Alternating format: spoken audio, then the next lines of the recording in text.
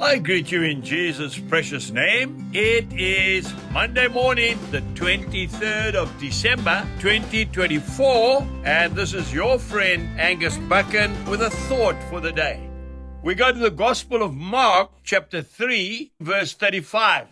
Jesus says, "Whoever does the will of God is my brother and my sister and mother." Do you remember the story? Jesus was speaking to the multitude, and they came and they interrupted him, and they said, "Your mother and your brothers are outside, and they are waiting for you."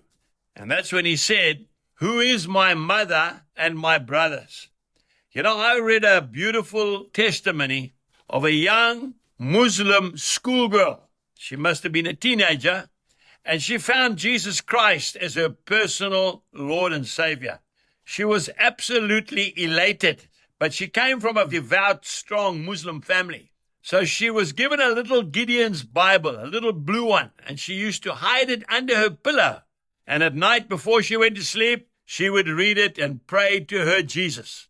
And in the morning, early before the family got up, she would have her devotions again and then hide the Bible under her pillow when she went to school.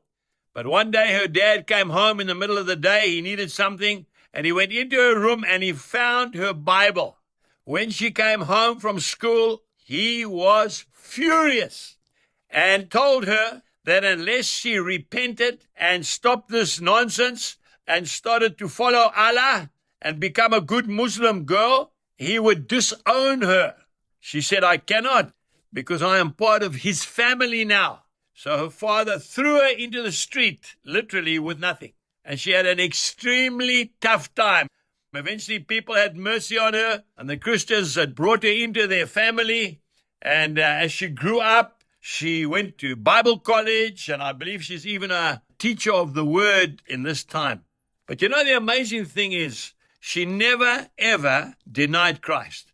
Her mother used to meet her under a bridge somewhere, quietly, when none of the family knew about it, and they used to cry together. And she would bring her some food, and she would bring her clothes. After many years, her father saw that she was not turning her back on Jesus, and she definitely was part of his family. And by her lifestyle, eventually she was allowed to come home and visit her father.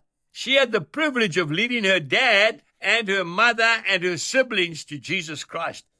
I want to say to you today, my dear friend, your father and your brother and your sister are those who worship and live according to the principles of Jesus Christ. There is no doubt about that. Yes, we've got to love our biological family, but we must not be restricted because they do not want to follow Jesus. Every single one of us has to meet him in a personal way. Why don't we do what that beautiful Muslim lady has done? By her lifestyle, she introduced her whole family to Jesus Christ. God bless you and have a wonderful day. Goodbye.